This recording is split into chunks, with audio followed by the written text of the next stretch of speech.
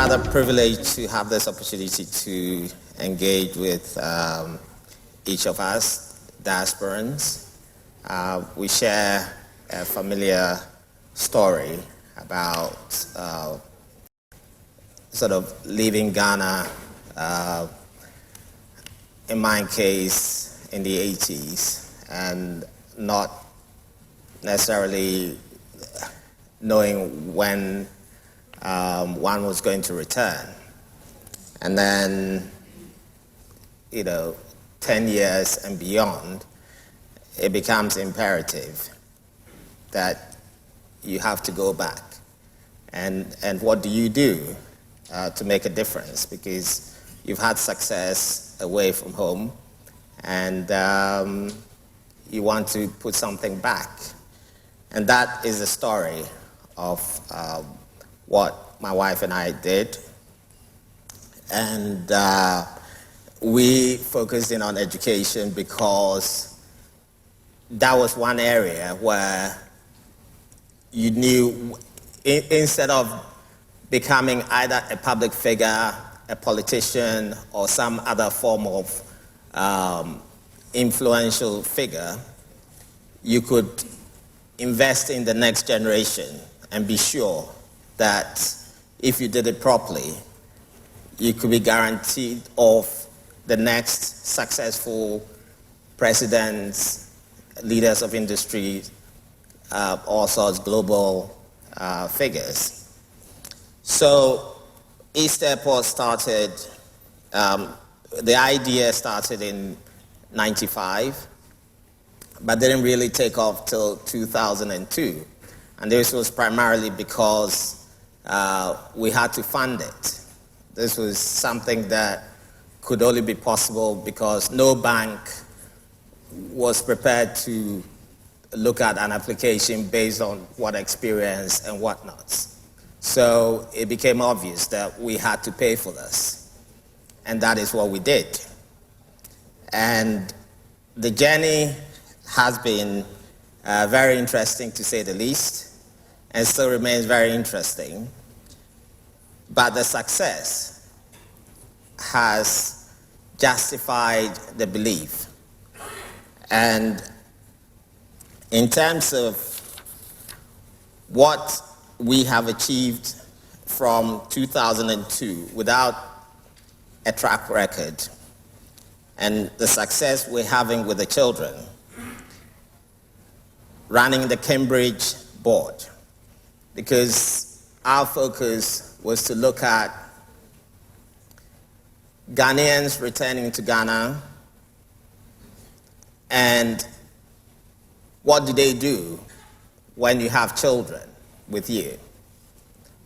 I vividly remember having a conversation with our daughter, and she said, if you want to go, you can go, but I'm not so sure.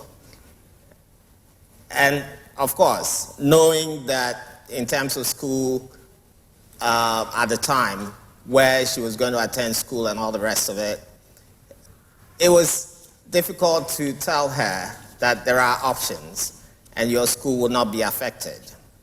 But we couldn't have that confidence to say that.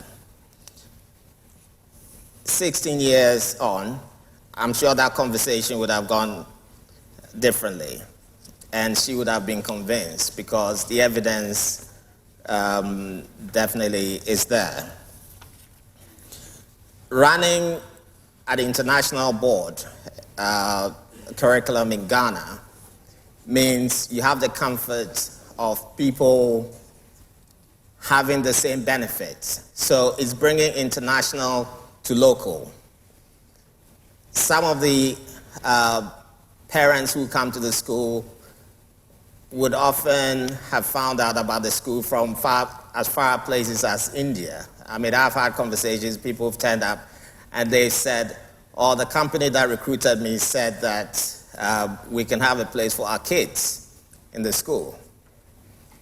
And that is from India. We've had people from all over the world. We have about 19 nationalities, and it also includes Ghanaians who are returning to Ghana. In terms of examinations, because we run an international curriculum, we can compare with what our global competitors are doing. If you have a Cambridge certificate, it's equivalent to, because you're running IGCSE, which is equivalent to GCSEs in the UK, and there's a whole range of international schools all over the world where, because of globalization, people are traveling. And when they arrive at their destination, they just want to plug in into what is familiar. And that is what we have sought to provide. For the last 5 years, some of our academic successes has included about 35-star awards, which is the equivalent of distinction scores of about 95% for our children. Those children have gone on into all sorts of universities all over the world. And some of the countries that we have students in universities from our school are Canada, the UK, Australia, Russia, Hungary, and we also feed the local universities. We have students attending Ashasi, which is, one of the private high-quality global education institutions in Ghana. We have Lancaster, Legon, and KNUST. So that tells you how it's possible as diasporans sitting in London today and thinking, how is it possible to make a transition to Ghana and become a significant player in a sector that has to be driven forward simply because our human capacity is our biggest capital. Ghana cannot transform without quality education. And it's obvious to me from yesterday that most of the conversations that have happened here have invariably implied that education is the key. As we sit here, I can almost certainly say that we have all benefited from a high quality standard education, and that has afforded us to be able to sit in London and communicate about investing in Ghana.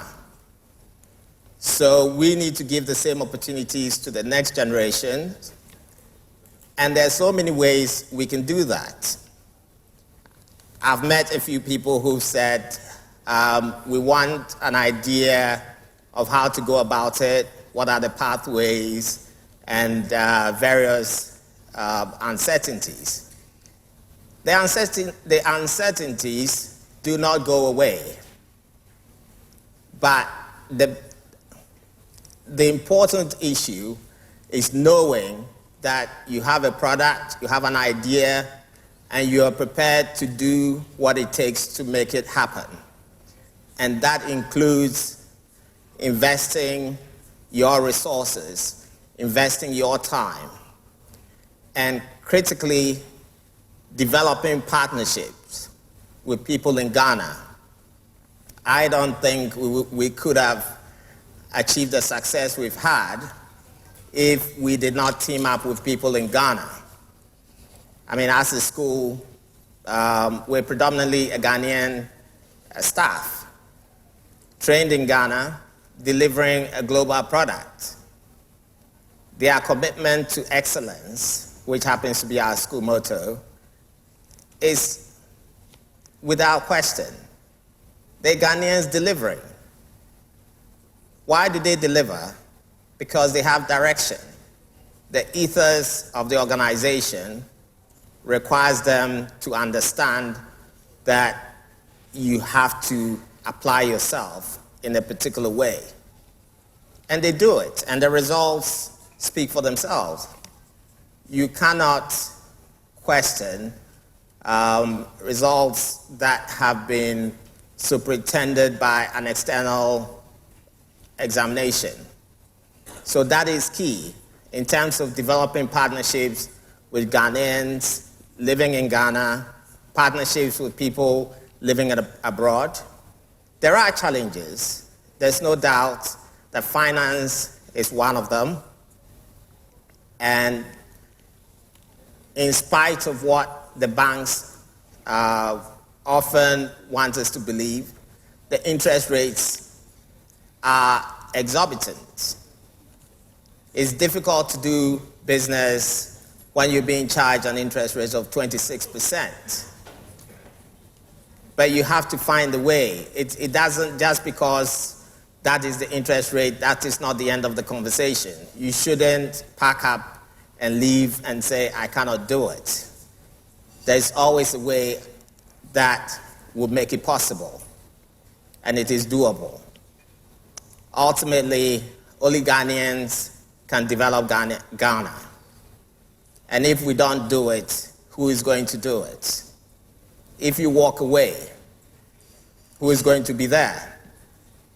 I mean, I have the opportunity to travel outside Accra, and you see the mass of young people looking for opportunities, and it strikes me that these young people are just as capable as the kids in my school. What they don't have is the opportunity that we are giving those who can afford it. That is why the government's free SHS is quite an important initiative to develop our human capital, our human capacity. I have come across young people who have got aggregate 6 from BEC, and they still can't afford free SHS. Free is not always free, even when people are capable. So that tells you the barriers that people have. The free SHS, I fully endorse. It doesn't conflict with what we're doing because we are providing for the high end, but there's a whole range. If people want to invest in education, you look at the primary education GES provisions. There are 254 districts in Ghana that share common profiles by way of administrative profiles. They have magistrate courts, hospitals. They have various common structures for municipal councils. And they all have professionals, middle-class families. But you often find that there are not many schools to offer quality education. That is certainly an area people can invest in if you are thinking of investing in education. You look at vocational technical. There is such a huge need. We all hear of the stories of mechanics who look at a digital car, and when you've broken down outside Accra, and after they've got the car started, there are bits left, and they tell you, you don't need this. I mean, your heart simply sinks. And it's because they cannot necessarily read or write or are numerate. And so it's important that we invest in education.